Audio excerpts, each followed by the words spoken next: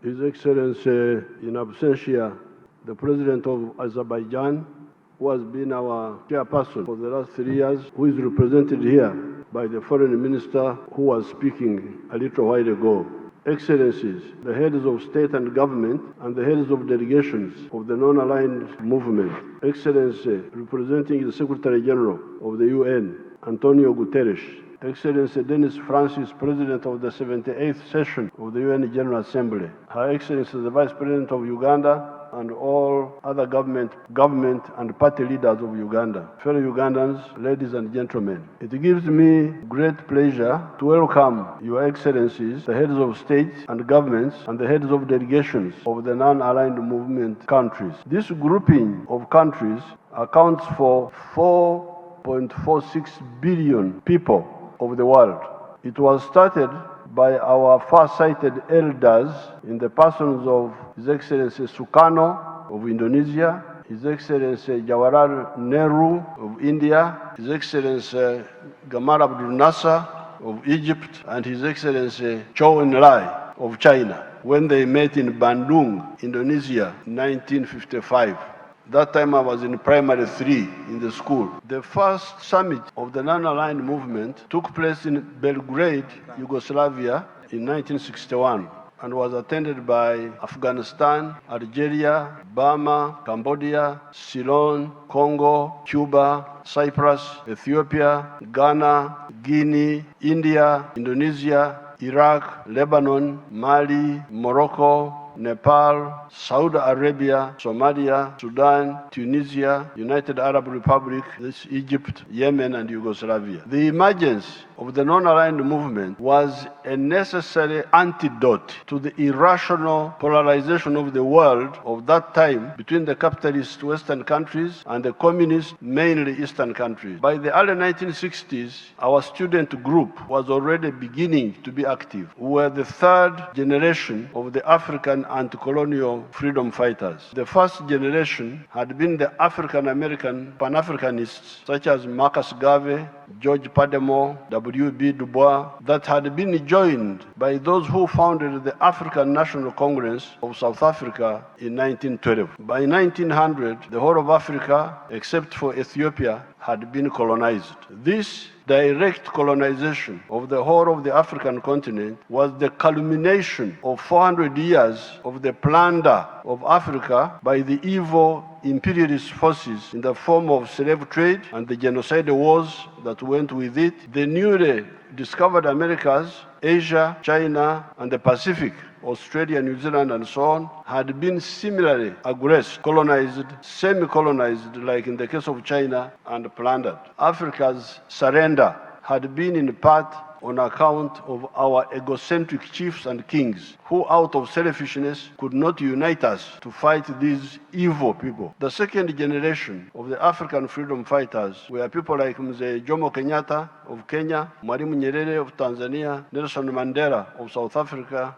who emerged in the 1940s. When we therefore came on the scene in the 1960s, we were generation 3 of the anti-colonial fighters. We seriously studied the interplay of forces that had ultimately led Africa in such a calamity. In those studies, we used the instrument of political economy, which is a study that helps us to discover the fundamental laws that govern the motion of society from one social system to another. What prompts society to change from one form of social system to another. That was our big study. We had to study the dynamics of social change. In that study, we discovered that man, the Homo sapiens sapien, who emerged here in Africa 4.5 million years ago, had been the main actor. Initially, this wise man, that is what Homo sapiens sapien means, was coping with the oppression of man by nature in the form of the floods, the droughts, the diseases, the wild animals, the earthquakes, etc. These natural phenomena were, of course, pressing other creatures, such as the wild animals, the plants, as well. However, those other creatures could do little or nothing to tame nature. The only thing they could do was to adapt themselves to nature in order to survive. That is how the beaver in the cold climate hibernates during the winters so as to survive. It is only man that has the ability to try and tame the natural phenomena and harness them to improve his quality of life. Why does man have this capacity? It is because of the three characteristics of man. These are a superior brain that is able to reason and not only act by instinct, a hand that can make and use tools to do work, and bipedalism, ability to walk on two legs with the head up instead of the head being down like a reptile trying to navigate among ground-based obstacles, that enables man to see far and think. These characteristics enabled man to invent tools, starting with stone tools, wooden tools, iron tools, until today when he is able to make tractors and machine tools, etc. These tools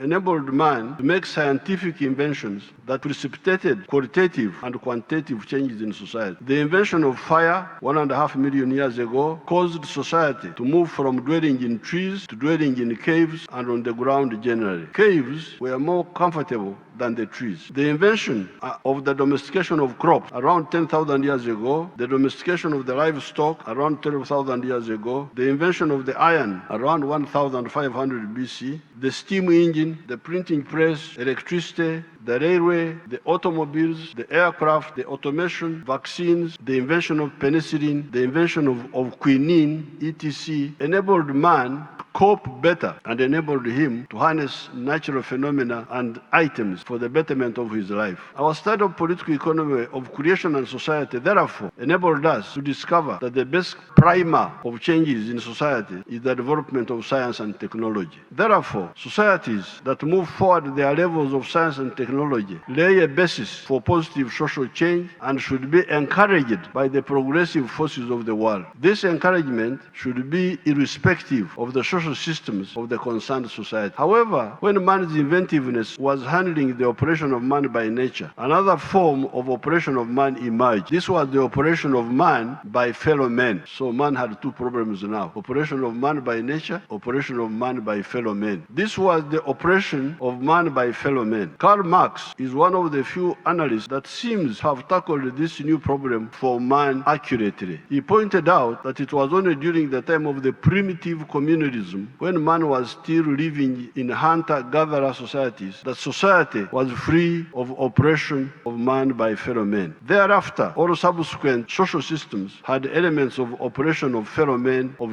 varying degrees. This was in the form of wars of conquest, wars of aggression, slavery, imperialism, neocolonialism, colonialism, feudalism, primitive capitalist accumulation, chauvinism, etc. These elements of exploitation are totally unnecessary and only propelled by greed. Was it necessary for the Ottomans to block the Europeans from using the Silk Road that had been pioneered by Marco Polo when they captured Constantinople in 1453? When the Europeans were thus blocked, they started looking for a sea route around Africa, led by the Portuguese, one of them being Prince Henry the Navigator of Portugal. This was a legitimate and positive response forced on the Europeans by the unreasonable actions of the Ottomans. As a consequence of that effort, Christopher Columbus reached the Americas in 1492, and Vasco da Gama went around the Cape of Good Hope in South Africa in 1498. By this time, the positive efforts of the Europeans looking for a sea route around Africa had already started being polluted by the evil of slave taking by the Portuguese. It is said that the first slaves were captured by the Portuguese in the year 1441. The two great achievements of discovering the Americas and going around Africa by sea soon proved harbingers of great evil to Africa, the Americas, and Asia. As bullies, the Europeans used their progress in technology of shipbuilding and the use of gunpowder to conquer Africa, the Americas, Asia, and the Pacific. European loot looting of the rest of humanity through slavery, imperialism, colonialism, semi-colonialism, conquest, and extermination of the indigenous people in some cases went on for 500 years. Instead of humanity celebrating the scientific advances in shipbuilding, the wider use of gunpowder which had been discovered by the Chinese around 800 BC, the wider use of quinine against malaria that the Spanish had learned from the indigenous Indians of the Americas, the printing press,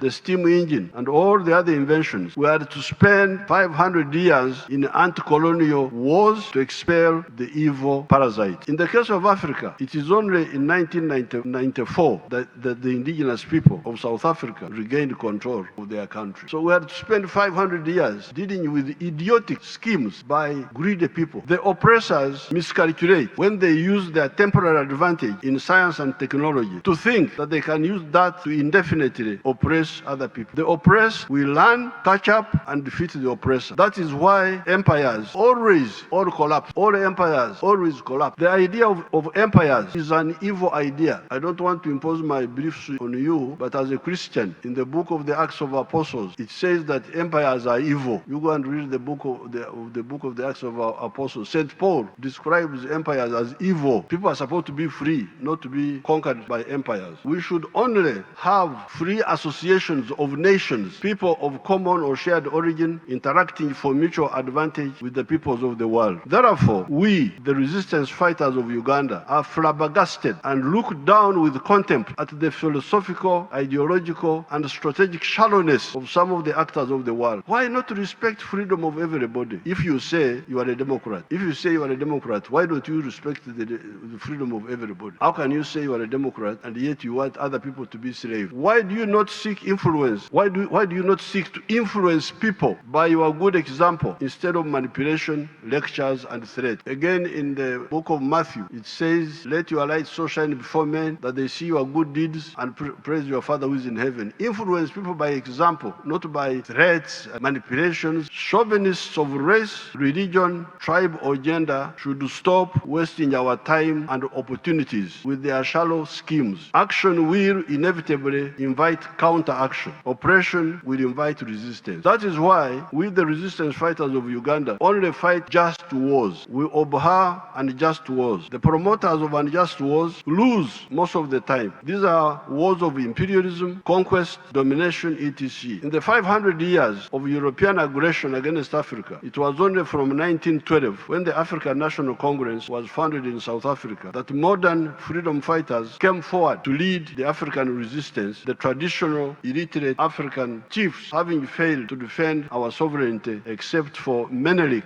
of Ethiopia, who defeated the Italian aggressors in 1896. It took the modern African resistance fighters only 82 years to clear the whole of Africa of these invaders, with South Africa being the last to get freedom in 1994. In that 82 years, you had the Mau Mau in Kenya, the resistance wars in Algeria, Mozambique, Angola, Guinea-Bissau, Namibia, South Africa, Zimbabwe, etc. We won everywhere. Our African brothers in all these wars won. But after losing a lot of time, why had the imperialists thought of dominating us in the first place? Therefore, the non-aligned movement was correct. The illogical polarization of the 1940s, 1950s, 60s, 70s between the capitalists and communists was wrong. Why should new ideas cause tension? This was the mistake of people like Metternich of Austria-Hungary, who thought that the new ideas of capitalism that were challenging the feudal order in Europe would be blocked by war. The Austria-Hungarian Empire ended up disappearing from the face of the earth, and capitalism did not stop spreading. Our stand is that the world should concentrate on the common human problems, prosperity through trade, and that's why I'm very happy to see you here. When you are outside there,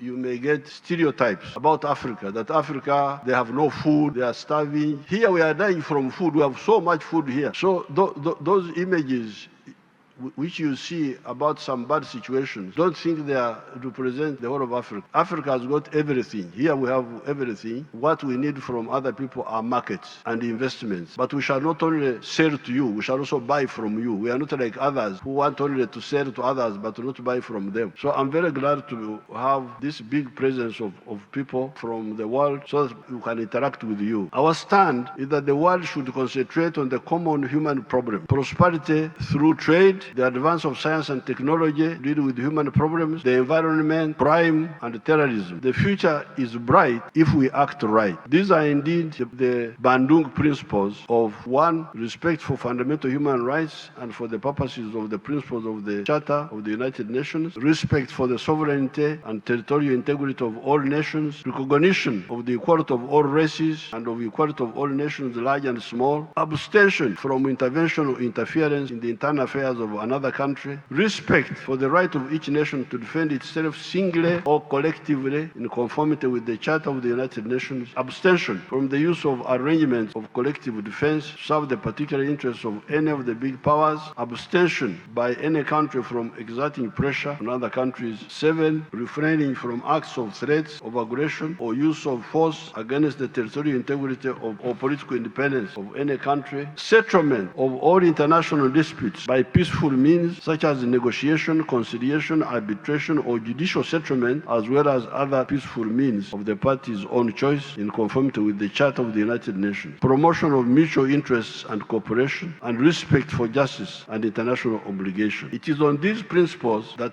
the NAM was founded. We, the resistance fighters of Uganda, can testify that by synthesizing the package of ideas have got very good results. Using the ideas of the free market, we use the free market principles. Like this hotel is a joint venture between the government and the private sector. In some cases, the government can have some parastatus, but in most of the cases, we encourage the private sector. So we use the ideas of the free market combined with the ideas of selective state intervention in the economy in some sectors like banking, energy, transport, etc. And also bring back some aspects of the pre-capitalist institutions such as the reformed cultural institutions. Uganda, although starting from a very low base, has had growth rates of 6.2% per annum for the last 37 years. We are therefore not impressed and cannot be part of the morbid bigotry of ideological thinking of this or that type. When somebody says, this is the only correct idea, this is the only correct idea. If you don't believe in this, I will attack you. Really? The universe has been here for the last 30 billion years. This earth